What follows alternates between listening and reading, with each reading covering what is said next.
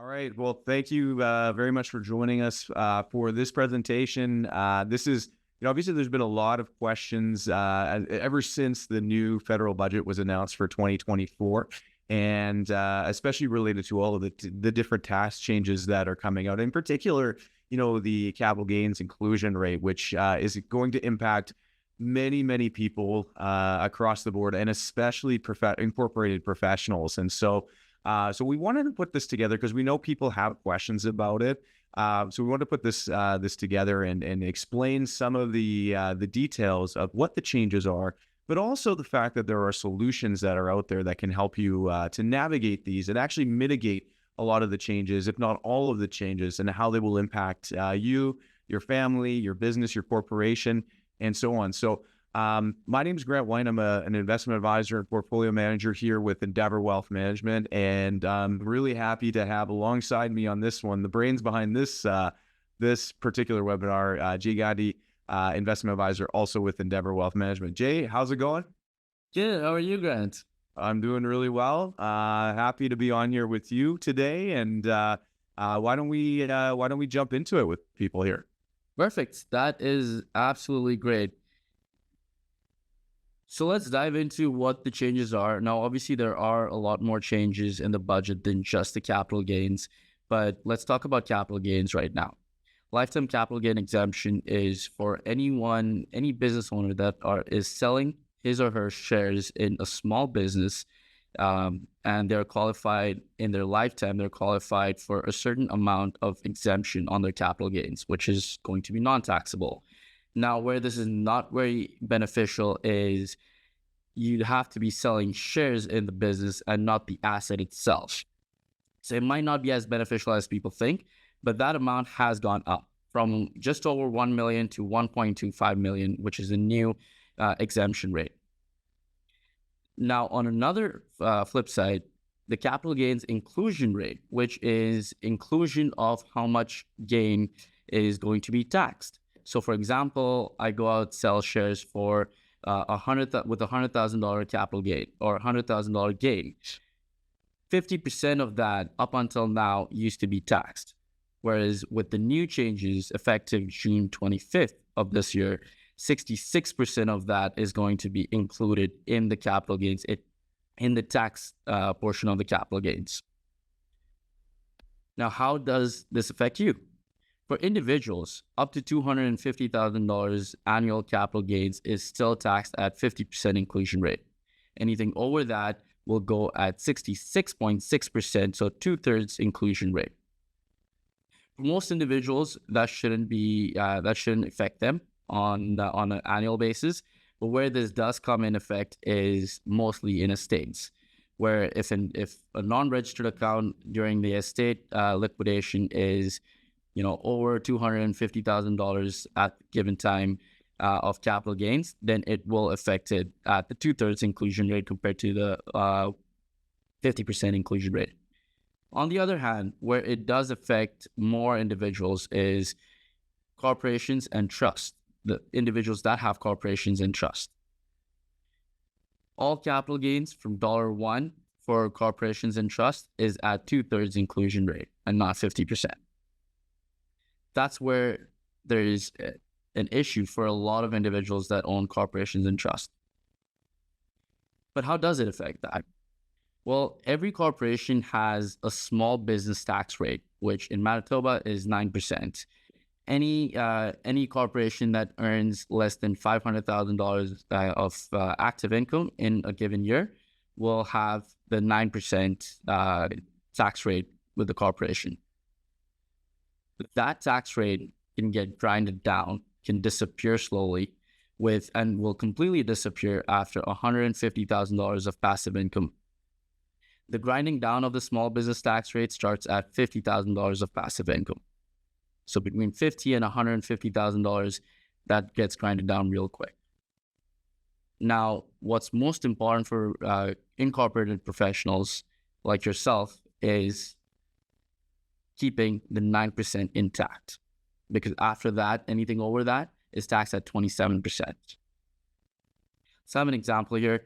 A $200,000 capital gain In the previous rules, $100,000 goes towards passive income, whereas now $133,333 goes towards passive income, which is a 33% jump that in the passive income, and the 9% gets grinded down that much quicker. But there are solutions. One of the ways we help a lot of our clients that are incorporated professionals is through pension planning. What is individual pension plan? An individual pension plan, or IPP, is a registered pension plan governed by Section 147.1 of the Income Tax Act in Canada. Think of IPPs as an RRSP for your corporations.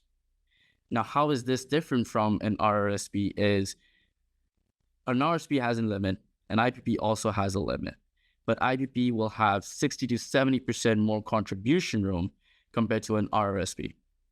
So currently, with the new changes, a lot of individuals are thinking, well, I might just, if my corporation earns more than I need to spend, I'll just take that out, put it into an RRSP. You can do that. But if your excess capital within the corporation is over $31,000 annually, then you're tapped out.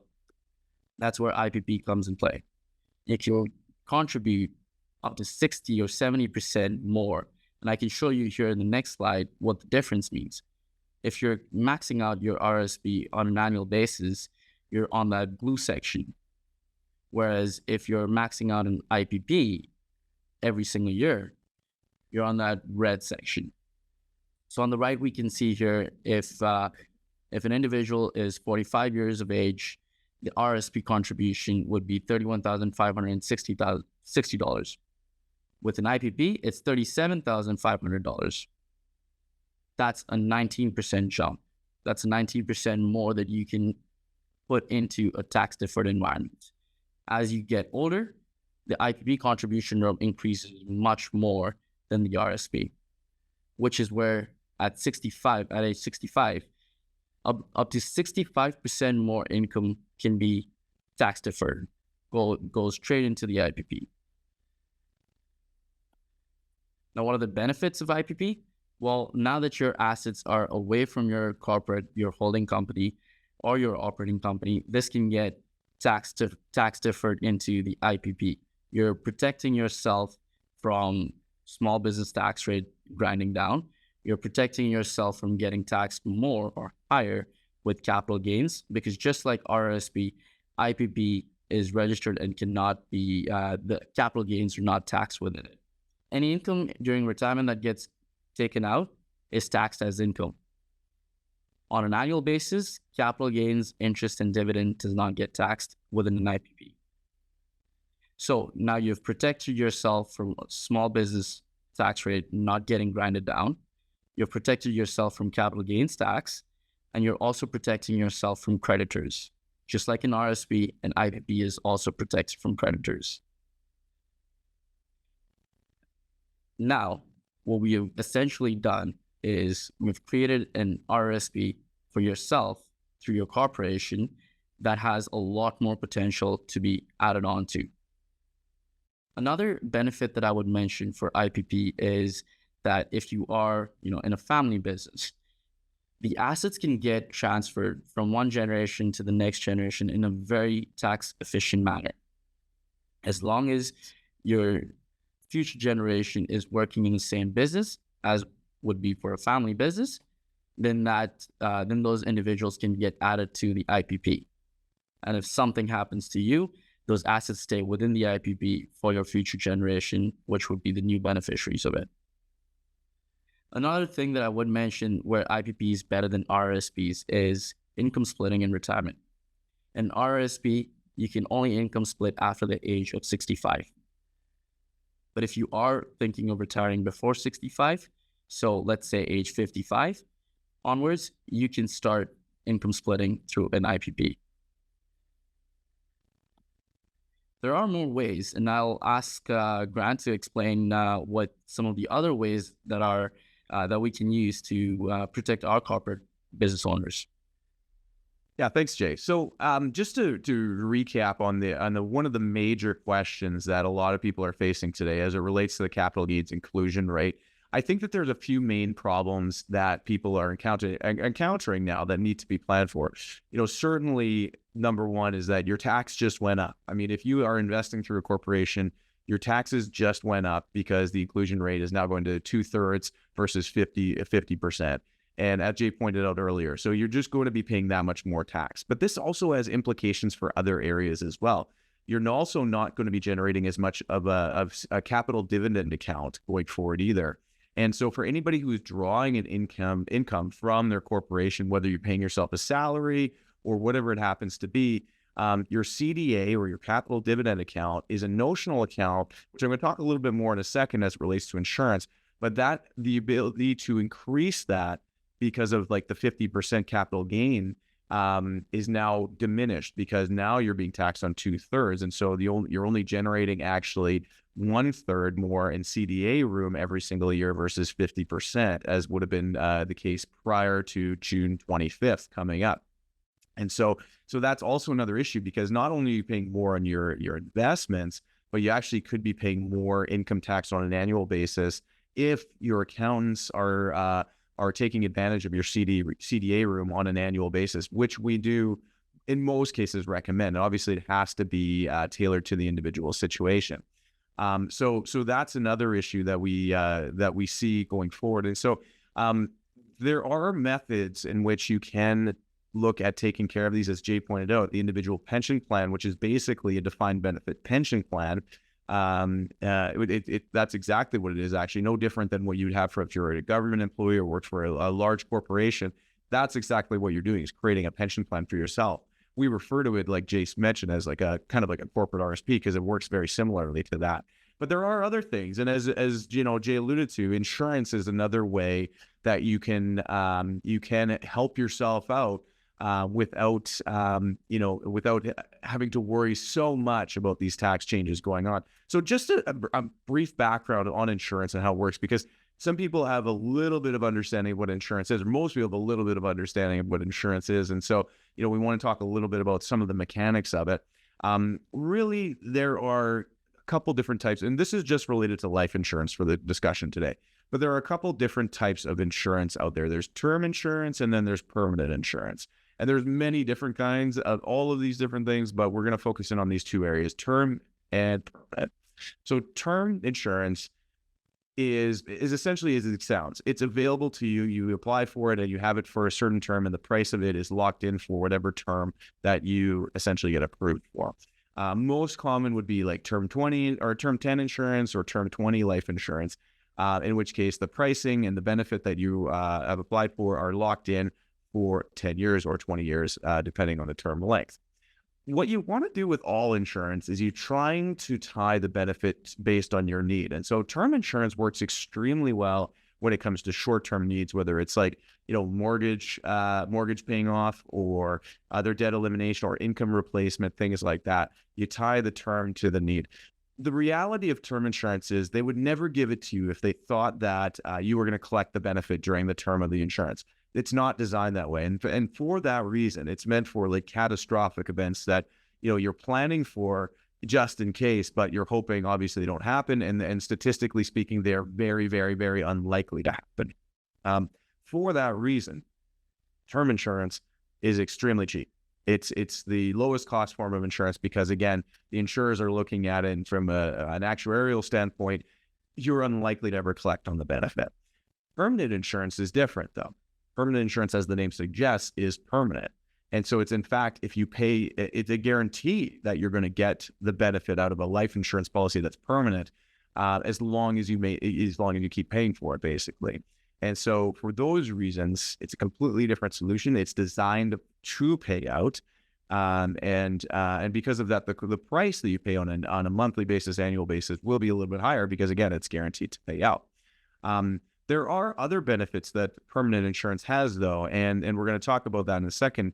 But there are other benefits and other features that are involved with most permanent insurance policies, including like universal life or whole life.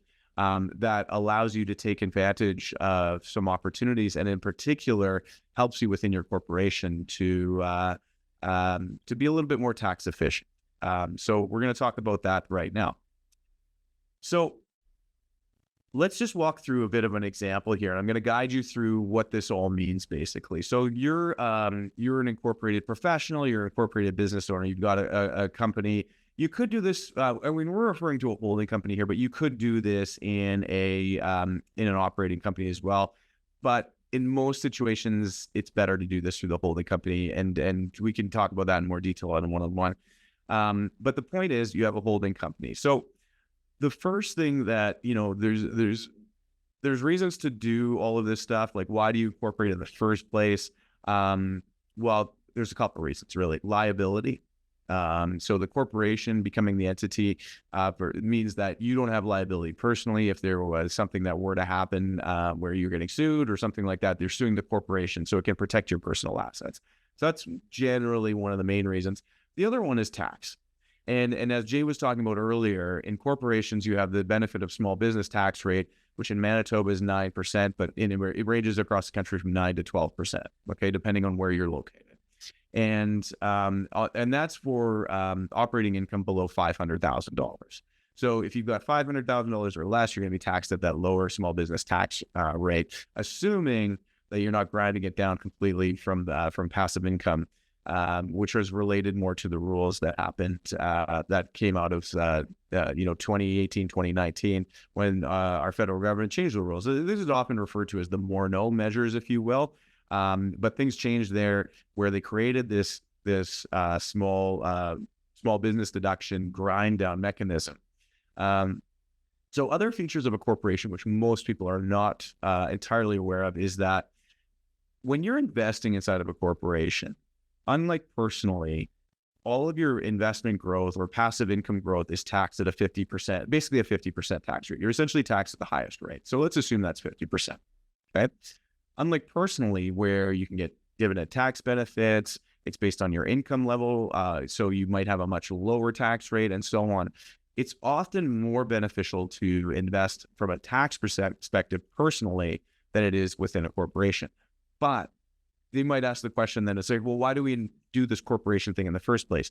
That comes back to the small business rate, which again, for if you're below the 500,000, you're using 91 cent dollars to invest versus whatever you would have personally had you been taking that money, and you're taxed at a much higher rate on an income level personally. So the reason why corporations still make sense from an investment perspective is because you're starting with a higher dollar amount to begin with, and even though you're taxed more on growth, it still makes sense in most cases. Even if you were at 27%, if you're above that small business deduction, then it often still makes sense from that perspective. However, there are obviously these rules do change things a little bit. So as the slide's pointing out, when you're pulling money out of your corporation, as most of you would be aware, like when you're paying yourself or if you're pulling dividends out, you're paying much higher tax rate to get that money out personally at, again, in this situation, we're saying 50%. It depends obviously on what your income levels are personally, but let's call it 50% for now. Okay. So moving forward with this strategy, again, the point that we're getting to is there are some laws that are in place in Canada related to insurance and tax law that are beneficial to you. And especially now knowing where the capital gains inclusion rate is going, these rules have become even that much more effective for you going forward. And so what these rules are is, first of all, first one's tax exempt. We'll just go through these, Jay. So keep sliding through. So tax exempt, tax free. And then there's that capital dividend account that I was mentioning to you earlier. Okay. So when you have a corporately owned permanent life insurance policy, and let's just use a universal life as an example here, it comes with an investment account that's attached to it. The investments within this account are exempt from tax. Okay. That's built into law. That is basically insurance law. It's taxed at a completely different way than what a regular investment would be. So because the growth of these investments are tax exempt, it eliminates that 50% tax on investment income within the corporation that we were talking about earlier. Okay. So again, where you would be facing a 50% tax on any growth of your investments before, if you're investing through the insurance policy, again, they're still tax exempt. So this capital gain inclusion rate, if all your money is invested through a life insurance policy, a permanent life insurance policy, it's kind of irrelevant because it doesn't apply in this case. So these types of policies today, and you can invest in a lot of different ways in them. We generally prefer to invest in more guaranteed ways just because we like that for inside these policies. But the good news is they have growth rates today of approximately, well, right now they're around 6% per year. But that's tied to interest rates. And so if interest rates were to come back, get peeled back a little bit later, that 6% might come down a little bit. But, typically we've seen through the years 4 to 6% on a guaranteed basis. Now I get it. Most people say it's like, well, that's great, 4 to 6%, but that's nothing to write home about. That would be true, except that's an after-tax rate. So in order to generate that exact same amount of after-tax growth, you would need to average anywhere from 8 to 12% per year, guaranteed. Because again, investments within a permanent life insurance policy are tax exempt. So you could have, if somebody was going to guarantee you that you'd have capital gains every year, 12% on stocks or something like that, great. Your after-tax rate within your corporation is coming back to 6. Within the life insurance policy, we're doing that on a guaranteed investment rate, interest rate, at 6% currently in those life insurance policies. And so again, it might not sound like it's this great investment overall. Because there's other things out there that produce more. But again, you have to factor in what are you actually keeping after tax? And after tax, you're keeping that 6% as of right now. So, again, these types of policies are averaging that 4 to 6. Now, I can tell you with regular equity investments I was mentioning, you'd have to have a lot higher, as I was talking about earlier. So now, in addition to this tax exempt growth, this also eliminates the worry of earning too much passive income within the corporation. So again, we were talking about earlier about how that, for every dollar over $50,000 of passive income in your corporation, you're losing $5 of the passive income. You're getting ground down on that $500,000 level of small business deduction. Okay, so at $150,000 of passive income in a corporation, you've completely eliminated your small business deduction, which means that everything from $1 is now being taxed at 27%. Those were the rule changes that were made back in 2018, 2019. The problem, as we talked about earlier with the capital gains inclusion rate, is that level of grind down happens that much faster now that your capital gains will be taxed on 66.6% of them versus 50% before. So again, this just becomes that much more important because within the permanent insurance policy, your investments are not impacting that grind down. So you could have $1 million a year of passive income growth within your insurance policy, and that's not impacting your small business deduction rate at all. Now, when we talk about tax-free is a little bit different. Tax-free is related to, we're referring to the fact that any death benefit from an insurance policy will be paid back to your corporation tax-free, okay? So when you're getting a permanent insurance policy, there's a death benefit that's assigned to it or that you're applying for. So let's say you have $1 million permanent insurance policy. The proceeds, when you pass away, the proceeds of that $1 million will go back into your corporation completely tax-free. Again, not taxed on that, okay? The cash value, so those investments that we've been talking about within your life insurance policy will also go back to your corporation, mostly tax-free. There might be some taxes applied to that, but for the most part, that's mostly tax-free on the investment at that point. So that's what the tax-free component is of life insurance. So again, highly lucrative opportunity, especially if you're looking at intergenerational wealth or passing more money on to the next generation or whoever it happens to be. The capital dividend account is another interesting feature of life insurance because the death benefit also generates capital dividend account room when you pass away.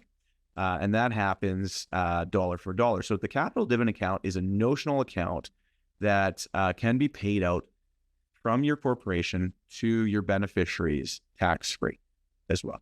Okay, so again, if you've got, this will be the rough math, if you've got $1 million life insurance benefit and you pass away, $1 million is credited to your capital dividend account, which is a notional account, which means that $1 million can be paid out to people outside the corporation, your beneficiaries, tax-free. Okay, so these are the values. These are the things that completely eliminate. These are the laws that are very valuable in terms of using insurance as a strategy within your corporation, because it completely eliminates, again, those more-known measures that we were talking about, where that small business deduction grind down can completely eliminate that. It also benefits you from that 50% tax rate on investment or passive income growth within your corporation as well. So those two things can be essentially taken care of by permanent life insurance. So again, just to recap a few things here. So, within like the benefits of permanent life insurance and investing. So permanent life insurance allows policyholders to pay more than the premiums required. So again, there is a premium required to life insurance. You have to have a life insurance need to do this, but there's lots of reasons to have life insurance. And so we'd have to take that as a one-to-one case. But with permanent insurance, like again, universal life, let's say, you can invest in that policy because there's that second component of it, which is an investment. The extra funds get invested and continue to grow. And that goes into what's called the cash surrender value of the life insurance policy. There is a crossover point, just some mechanics on permanent insurance. There's a crossover point where if the investment within the policy is earning more than what the cost is of the insurance, then you don't have to put any more money in. You potentially can. There is a limit on how much you can put into an insurance policy, depending on what the death benefit is. But once the investment is big enough and is earning enough to pay for the life insurance policy, you can stop putting more money into it. So often people do this over 5 years or 10 years or something like that. And then they just put as much money as they can to it over the 10-year period. And then they never have to put another dime into it again after that. The funds in the policy, as I mentioned earlier, grow tax deferred. So that doesn't impact, it's not affected by the passive income rate, you're not getting taxed on the growth at 50%. It does not grind down the small business deduction rate. So you're maintaining your 9 to 12%, depending on province you're in. And it's not affected by the new capital gains inclusion rate as well, as I mentioned earlier. Something else that is important to remember is, again, that capital, the capital dividend account. And we were talking earlier about how the capital dividend account is, one, how it's funded essentially through the tax-free portion of capital gains. So again, what's changing now is that you're going to generate less capital dividend account going forward because of the inclusion rate. So where you were creating 50% of your capital gains, we're going to credit the capital dividend account. Now it's only 1/3. Again, this has implications for taxes on your capital gains, but it also has implications potentially for your income that you're drawing out of your corporation if you're taking advantage of the capital dividend account that you generate every single year. You might be taxed more on your personal income as well if you're not, or you might have to pay more taxes based on the level of income that you're currently drawing. So again, something to discuss with your accountants and see whether or not they are taking advantage of your CDA room every single year. But again, the permanent insurance policy can help you with that as well. All right, Jay, I don't think I missed anything there as it relates to the insurance side of it. I probably went into more detail than we thought, but I think that the reality of all of these situations is solutions, whether it's an individual pension plan, whether it's insurance solutions, or whatever it is, these all need to be looked at based on a personal situational basis. These tax changes that are coming into effect June 25th, I think are going to have more impacts than what people are maybe currently aware of. But there's great news out there in that there is planning that can be done. And if you're doing the proper planning, then a lot of these changes can either be mitigated or maybe even completely eliminated as it relates to how it impacts you and your family and your business. So it's worthwhile having a conversation, and we'd love to do that with you.